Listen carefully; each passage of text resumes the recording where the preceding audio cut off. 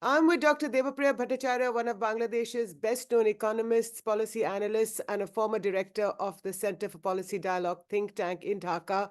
And today we're talking about the election in Bangladesh that is going to take place less than 24 hours from now, and what the situation is in Bangladesh. Dr. Bhattacharya, welcome to Ava South Asia. Thank you for inviting me. So, Dr. Bhattacharya, it seems like it's an interesting election. The opposition, the largest opposition party in Bangladesh, the Bangladesh Nationalist Party, the BNP, is boycotting the election.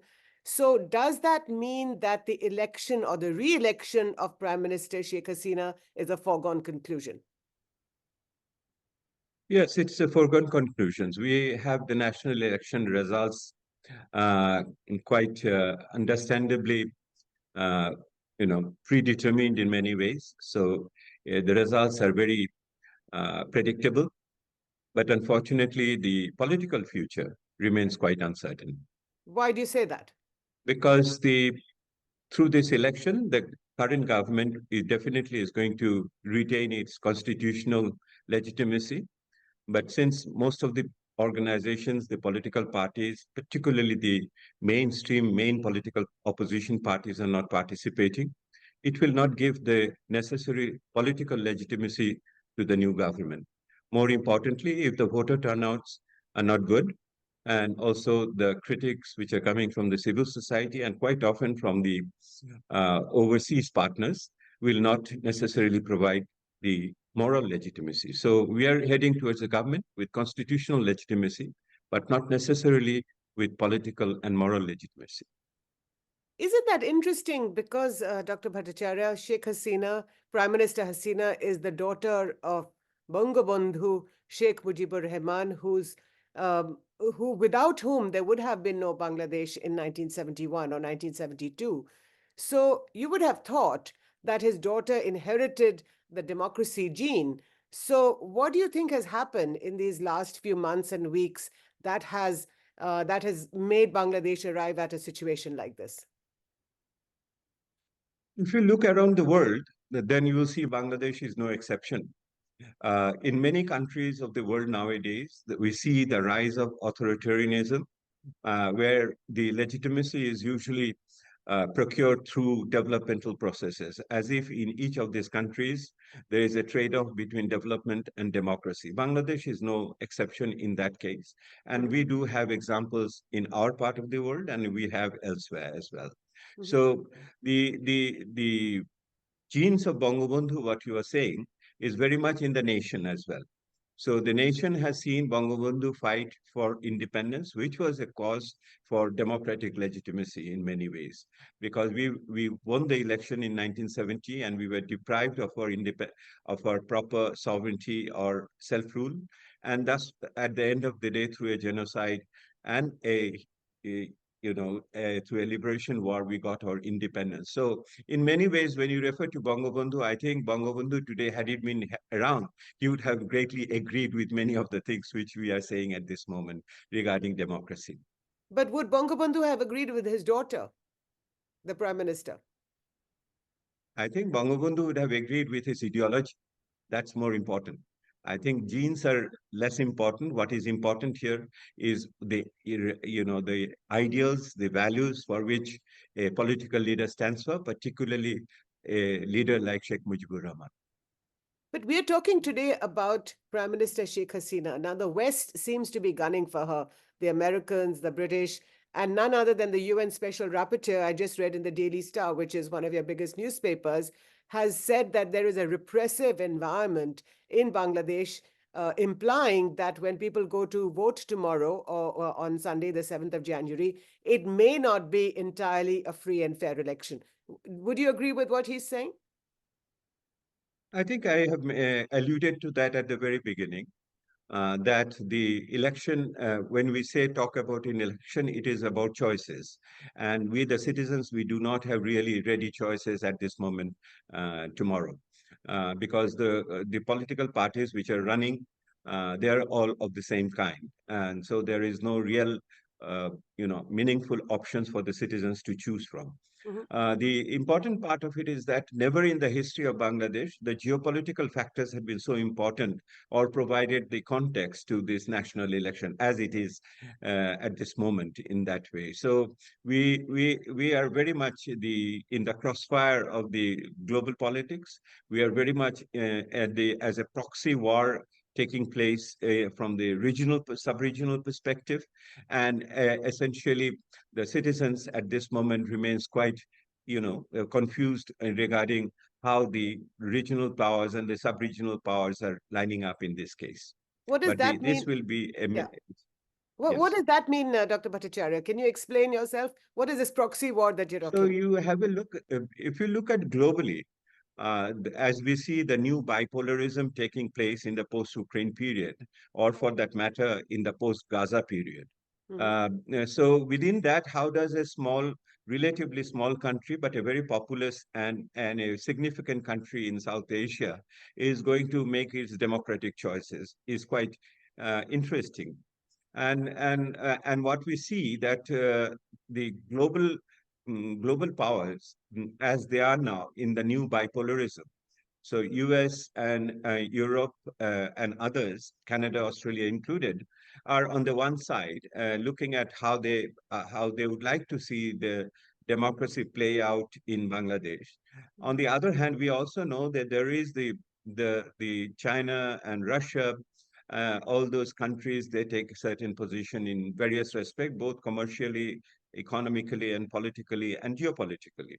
Mhm. The interesting aspect of this new the reflection of the global realignment in Bangladesh case is that India somehow sides more with the Chinese and the Russians in this particular case when it comes to support to my current government, whereas not necessarily with its traditional power of the North. That is a very interesting thing which is happening here. And why do you think that's happening, Dr. Bhattacharya, that the Prime Minister, that India is seen to be supportive of Prime Minister Sheikh Hasina? I think India has its own reasons for supporting my current prime minister, because India has definitely concerns about that the land of Bangladesh is not to be used against its territory in that way. There had been cases earlier when Indian insurgents were given place in Bangladesh, and likewise Mhm. the other way too. Also there is concern that the multifaceted or multidimensional development projects which has been unleashed in the last decades remains in place, and India is definitely concerned in terms of protecting the land rights or the transshipment rights or the transit rights which it obtained through Bangladesh, very much on that point. And also there is on the in between there is the concern whether the competition with the other sub-regional powers in case of Bangladesh, China in particular. So I think the Indian concerns can be interpreted where they are coming from. The question is whether these concerns are how they are trying to protect themselves are sustainable in the medium term. In the short term, it may look like that a regime which is in favor of those addresses the concerns of our big neighbor. Mhm. But in the medium term, whether in the absence of political and moral legitimacy of a political government, which I have mentioned earlier, whether they will be well protected in this case. So whether India would like to have a much more medium-term view with a bipartisan consensus regarding Bangladesh approach to India is something which we will like to see in the future. So, explain to me, why is the West gunning for Prime Minister Hasina? They're invoking the democracy card and accusing her of not being a Democrat. But why is the West doing that? I think that's a bit of an exaggeration when you use the word cunning. Okay. And the issue is that they have been making some valid points, which I think the citizens of this country very much, sympathize with or empathize with. We are dealing with a post-Trump era with the Biden administration here. which really, and that goes back with the traditional Democrats when they come to power, when Hmm. labor standards, social standards, environmental clauses, all these things are very much the cornerstone of their external policy. One can argue to what extent they consistently apply that, whether the history really justifies their value system or not. That's a different question. But what we see that the for Bangladesh and, for example, in the United States, three, four issues have become very, very important as defining U.S. attitude towards Bangladesh. One is, of course, the labor standard in our garment sector, the Hmm. biggest export to United States. The other is the illicit financial flow. There's a lot of dirty money going out of Bangladesh to U.S. There are valid concerns about that in US, in Canada, in Australia. And the third one is the issue of the human rights, good governance issues over there. And at the bottom, I think in behind all these things also, there is also the concern about how one of our big sub-regional countries over here, how the relationship with China will play out in the global context or in the regional context. That's the US worries over there. The similar worries are there from Brussels, although at a much more milder tone in this, and that is why the issue of labor standards is very important for Brussels, particularly with the GSP, the market access issue for our garments exports to US to the European Union. So those things are coming on board, and the member of parliaments, European parliaments, do take note of the evolving, the civic rights situation, human rights situation, uh, concerning not only the political opposition, but also to the civil society. Those concerns are very much there. So it show if they pursue those concerns, and whatever government will be in power, will be a bit of an on the back foot in that way. So I don't think that they are not gunning for it. They are possibly propagating their own core values of their foreign policy, which I agree do not always applied consistently and coherently. But that is what is out there. So this is an issue, Bangladesh, which is a small but very globalized economy, will have Right. to learn to live with it. But Dr. Bhattacharya, the point is that under Sheikh Hasina's tenure, and she's been in power for 15 years already at a stretch, these last 15 years. And in these 15 years, Bangladesh has actually grown by leaps and bounds in the economic sphere, right? I mean, in a couple of years, Bangladesh is going to emerge from its least developing country status and becoming a middle developing country. So that's quite an incredible achievement. So, in that case, why would you say that people are so critical inside the country as well as outside of the prime minister? Uh, One simple answer would have been Bangladesh is a country which has a great democratic aspiration. So not only, they don't get really always satisfied with visible indicators of progress, flyovers, metro, under the river, channels, and also the large bridges and other things as well. So the point is that in the last decade and so, we have definitely made great progress, no doubt about that. We became a low middle income country in 2015. We will get out of the LDC category in 2026. We do have the aspiration to become a high middle income country, if not income country by 2041. So in that case, that aspiration has been very firmly grounded or has given material basis by the current prime minister, no doubt about that. Mhm. The issue is that it was essentially however, a public investment-driven, infrastructure-oriented development, what we have seen. Although the government has tried to roll out social protection measures, programs, and as well as try to do some progress in the area of health and education. But the fact of the matter is, this is again coming back. What is happening is Bangladesh is nothing extraordinary, as it is not exceptional in case what we see the conflict between development and democracy. It is also not very exceptional when it comes to public expenditure-driven, infrastructure-oriented development approach. Mhm. So what we have done, like many other countries, which is happening in Africa and elsewhere, is that we have borrowed heavily from foreign sources.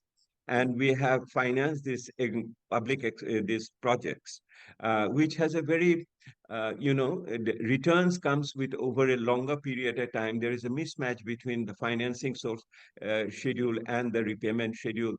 And what is happening is that quite often these public expenditure projects have been overvalued, which means that one very good example is that the nuclear power plant which we are building with the support of Russia, the same power plant has been built in India at a much more lower cost in that way. So those issues are there. And what has happened that during this period, we have not been able to improve our tax GDP ratio. Bangladesh has a tax GDP ratio which is lower than Nepal. And as a result, the fiscal space for the government did not expand very much. And the time has now come to pay back some of the loans. And the country is really experiencing a severe strain on its external accounts. We are not being able to pay back all the imports which we have done, or we are not being able to finance some of the imports which are necessary to keep on with the private investment. And as a result, we have seen weakening of Taka by almost 20% devaluation over the last 6 months. Mhm. And what is more important is that the inflation rate has gone up very high. It is 10% almost, both in the rural area and in the urban area. As a result, the people are quite upset about the market prices. And these market prices cannot be explained exclusively by the global circumstances, global economy, or the post-COVID, post-Ukraine situation. So Okay. the concern, and during this period, the inequality, not only in income, but also assets income, consumption inequality, inequality have increased tremendously. So we do have a visible progress. We also have visible inequality. Mhm. This is also disturbing the people, and the new emerging middle class is very getting restless about it. I mean, it's really interesting that you're pointing me in the direction of why the glass is not always seen to be half full. But while there is this sort of inequality progress conundrum inside Bangladesh, my question to you is that since the BNP, the opposition party, is boycotting the polls, but it seems also from newspaper reports that there is a lot of support for the BNP. Now, in that case, why is the BNP boycotting the polls? Why don't they just stand in the elections? I think the issue is about what would be the nature of the election time government, under which government one will participate in the election. If you go back into the history of Bangladesh, there was a social consensus, a political consensus achieved in 1996 that we will bring in a 3-month tenure, non-partisan, technocratic caretaker government to hold the election, so that the election time government is not interested in the outcome of the elections. So they were and the administration, the law enforcing agencies, and even the election commission will participate or conduct the election in a free and fair manner. Right. That consensus was ultimately done away with by the 15th Amendment of the Constitution. There is a long history in between. I don't want to bore you with that. And as a result, the opposition, the mainstream opposition, is staying away from participating. They feel they will not get a fair outcome because in between they feel that there has been partisanization of the administration, law enforcing agencies, even judiciary, for that matter. So their concern, the demand is that to have an election time government which is not politically interested in the outcome. But does that mean that the people are actually now supporting the BNP quite a bit, or are they still siding with Hasina's party, with the Awami League? It will be, I would not dare to, to guess who they are supporting and who they are not. that a good national election would be the best way to judge that one. And we all hope that in the future, as we move into 2024, we will have to work out a national consensus on this, which will provide, you know, we will provide comfort to all political parties to participate in that election. And through that, we will be able to find out what is the will of the people. Till we find out the will of the people, these elections will carry forward, will provide the continuity of constitutional regime, but will not really resolve the fundamental contradiction which is afflicting the Bangladesh society and economy at this moment. That is, we need some democratic legitimacy, we need some democratic accountability so that we can undertake some economic reforms which are very much outstanding, and we have committed some of them to the World Bank and the IMF. So we need to do that. And we also need to ensure all the fruits of development, which this government has also generated quite a lot, are reaches the left behind people in the right way. So we have an inclusive democracy and we have a participatory development process where all people can really benefit from this, taking the country forward. That was possibly the ideas through which we have come into existence 52 years back. And if you are taking this out to our viewers and listeners in India, then they had been very much our steadfast supporter on those cases. It is for India now to understand how the new Bangladesh, which is coming into existence, where more than 70% of the population are born after 1971. Right. So how they will redefine the relationship for the new generation in the future. That is very important. India is not going to go away. They were going to stay, our next door neighbor. Bangladesh is going to stay over there. We'll have to Absolutely. learn how to re-articulate our friendship and relationship for mutual benefit in the coming decades. I think that's very important for the region, and that's important for the global circumstances as well. And Dr. that is possibly will be most befitting for the new India which it wants to be. Well, the new India is unfolding as we speak, and you know that India is going to have elections later this year. But we will be watching your election less than 24 hours from now in Bangladesh. It promises to be a game changer in many ways. But as you said, so much is at stake, and the people of Bangladesh will vote for a new prime minister and for a new government. Thank you so much, Dr. Bhattacharya, for your time, for explaining the situation to us, for your time. Thanks again for speaking to me on Awaaz South Asia. Thank you very much, Ms. Malhotra. Thanks.